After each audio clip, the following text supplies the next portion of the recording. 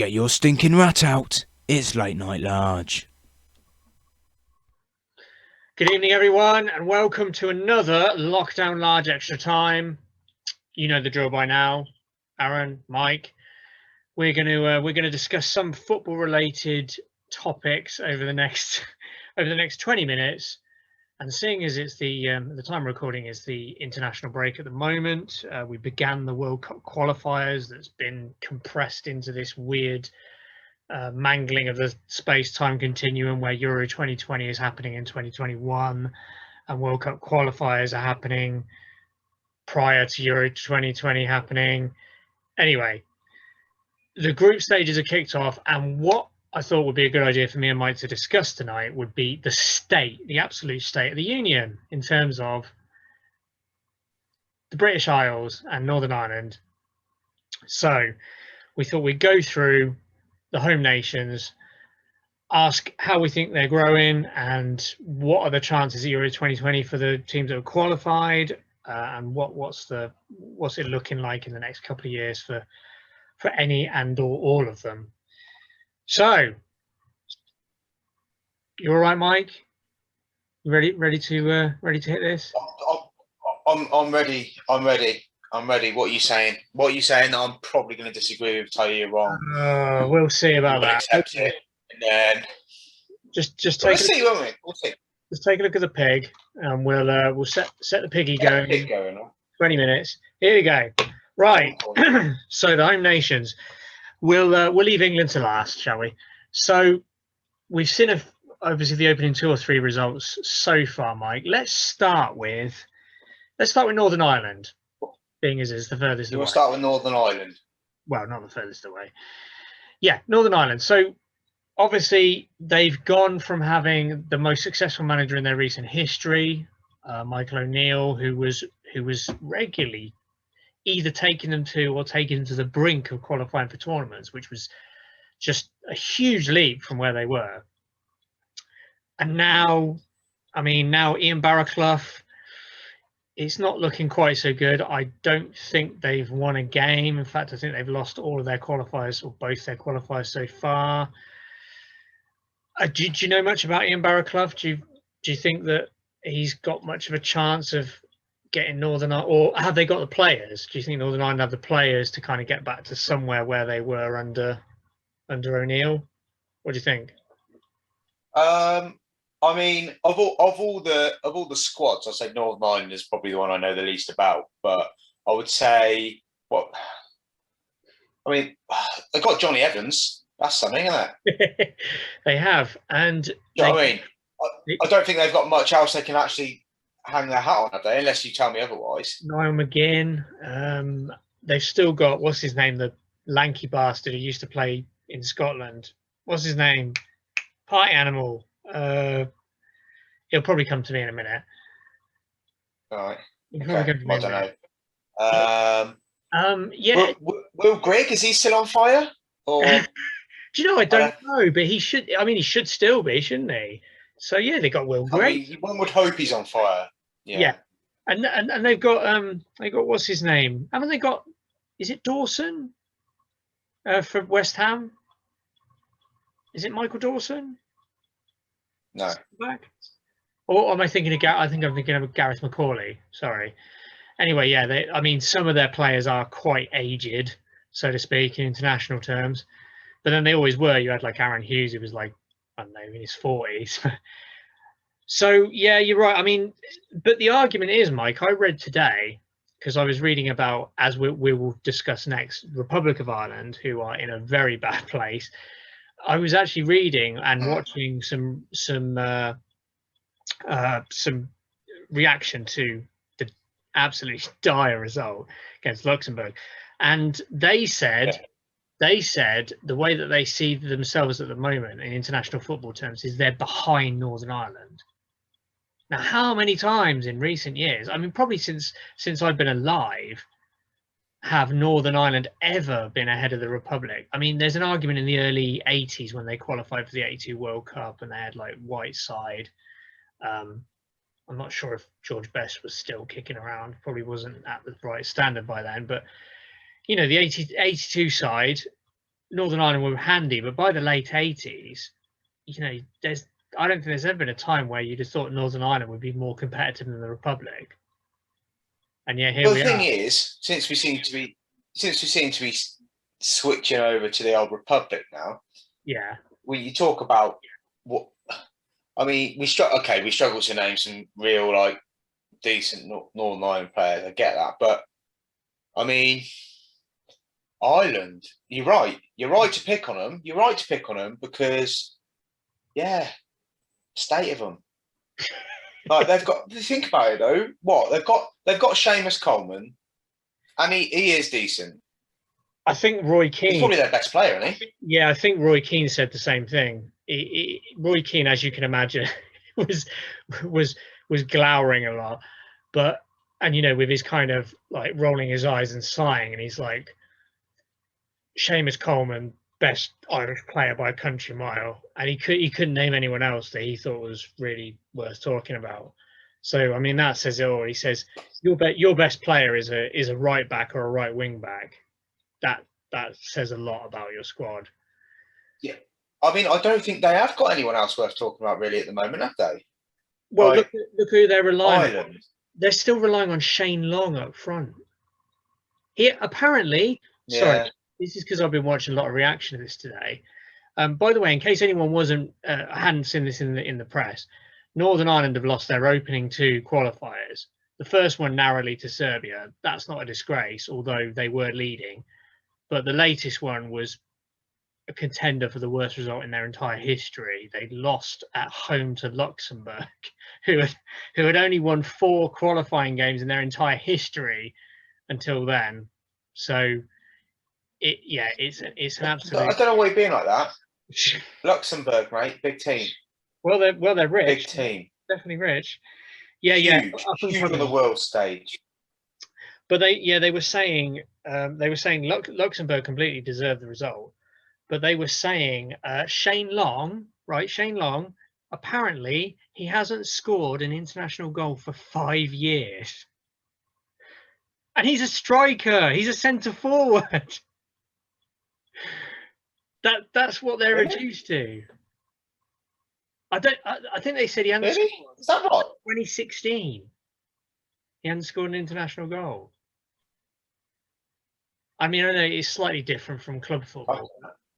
I mean, 5 years. Mind you, he had a huge drought in club football, didn't he? Yeah, he did. Yeah, he's a strange striker. I mean, have you seen his record though? He's notched up like a ridiculously large amount of goals, considering I hardly remember him scoring in the Premier League.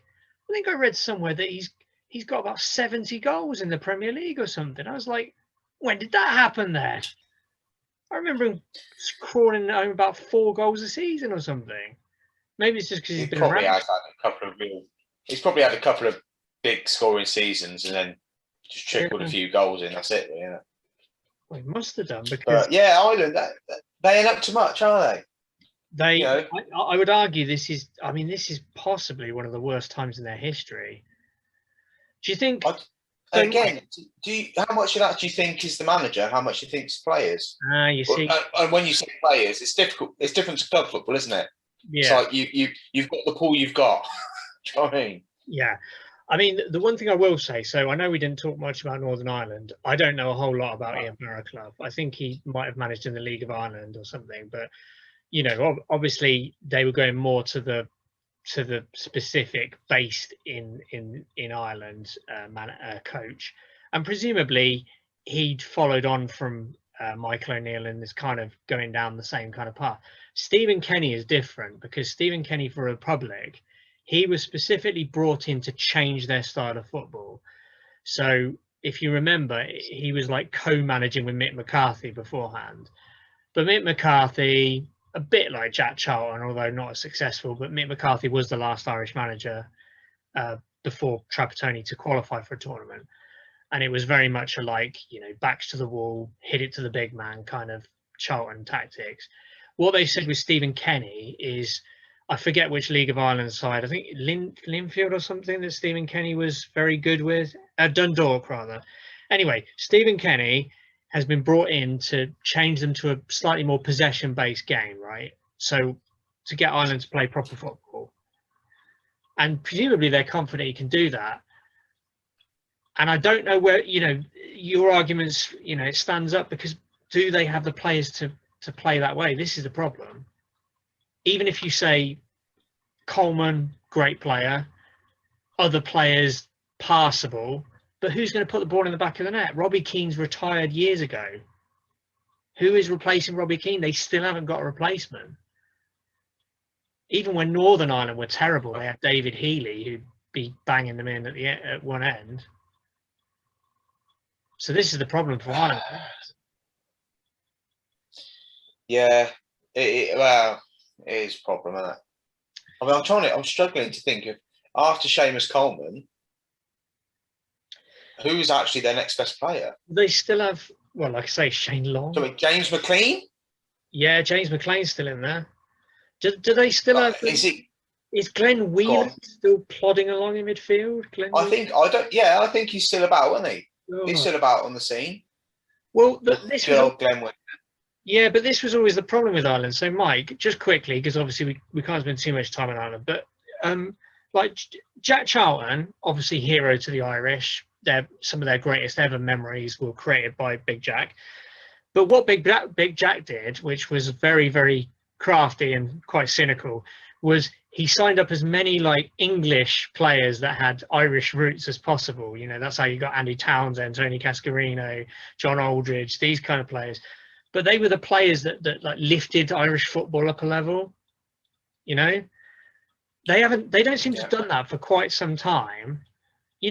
Let's not forget that a couple of years ago or something, they were still relying on Shay Given, Robbie Keane, Richard Dunn.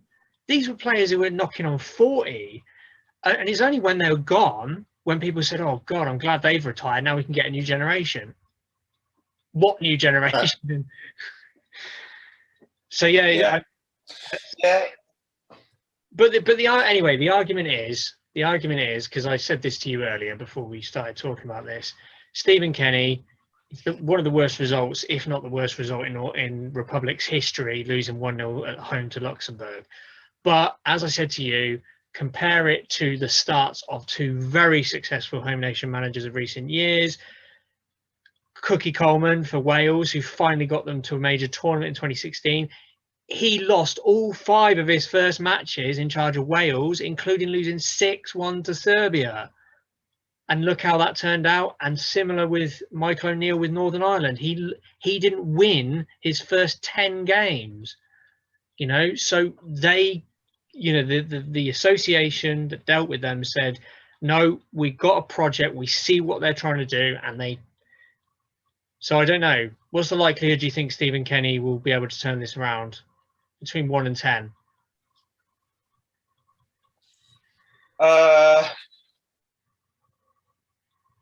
3. I'll give it a 4, just to be different from you. But yeah, I think it's quite unlikely. I just don't think they have the standard of players anymore, which is very sad. No, unless they do a Jamaica and start coming on a run, trying to get some England players or English players. Yeah, it's interesting you say that. It's interesting you say that, because if you've seen that some of the weaker Caribbean nations, including Jamaica, because obviously Jamaica did it in '98, but some of the weaker Caribbean nations have started basically poaching Premier League talent.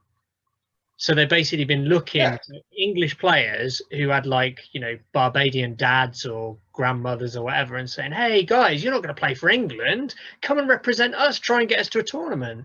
And it's brilliant. It's like, Jack Charlton's legacy. It's it's really cool. So yeah, that's why I mentioned Jamaica, because that's what they're doing at the moment. Yeah, no, you're right. Yeah. Okay, so that's the Irish Republic and Northern Ireland. Well, let's hit Wales. So Wales, Mike, Wales is a difficult one, isn't it? Because they've qualified for Euro 2021. They're doing pretty decently in qualifying, but the elephant in the room is Mr. Giggs, what he's been up to. Do you think that's tenable, that he's still kind of out of action, having been accused of domestic violence? Well, What do you mean? Well, he's not been able to manage, has he? So I think it's the last No. 5 matches been managed by his assistant. So yeah, but as far as I'm aware, that they haven't dropped off a cliff, have they? No. But I mean, you think this is tenable for the foreseeable future? Because we don't know when this case is going to be resolved. Imagine if they go to the tournament and it still hasn't been resolved. Well, what I mean is, it doesn't seem to have hurt them. So do you think Wales at the moment? So Wales are still going to do okay? You think they'll be competitive at Euro 2020? I mean, I don't know. I don't know when how long we're looking at for a resolution. Neither do I. I think that they've got. I think they've got as good a chance as any of the other home nations, other than. I'd like to say other than England, but I've given up hanging my hat on England years ago. Yeah. But they've got as good a chance as any of the other home nations, or better, to be honest. Even with all that going on, like I say, they don't seem to have dropped off the cliff at the moment. No. Yeah, you wouldn't want to go into actual major tournament without a manager that can attend. Probably would hurt them a bit, but we'll see. Yeah. Okay. No. Yeah. It's a fair point. And obviously they've still got Ramsey, Bale. They've got some good youngsters coming through, haven't they?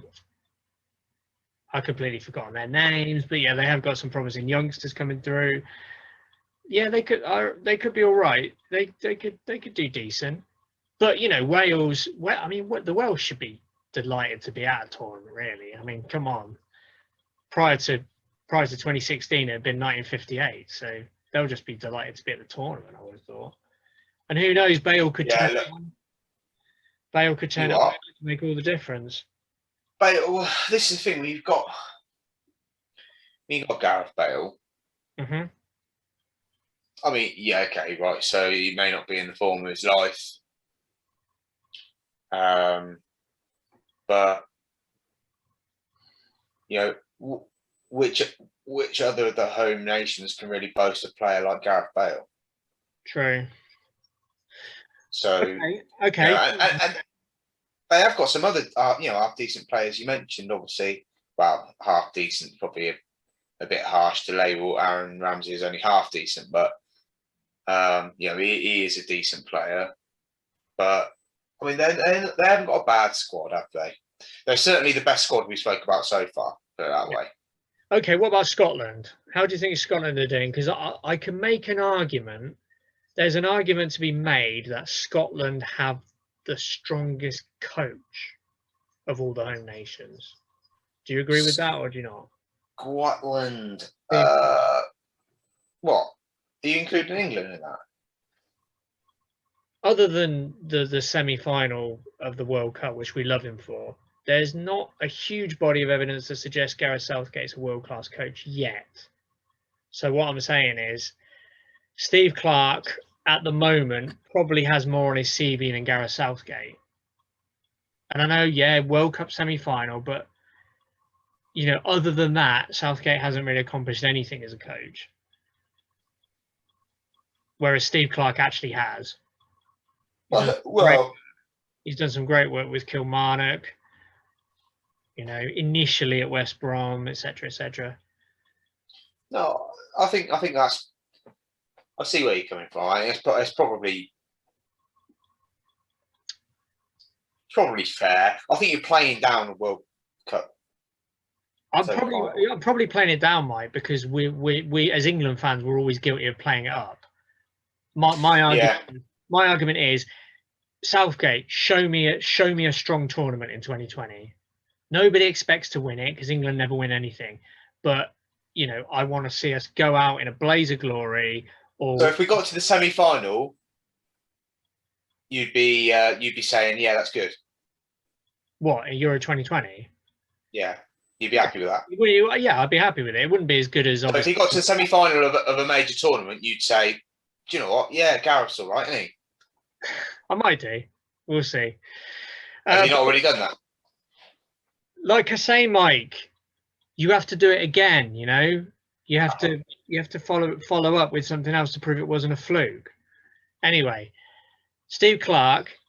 The thing is, Mike, you know, you said about Gareth Bale. What about some of the players that Scotland have got now? Because they're starting to build a much better group of players than they've had for a while.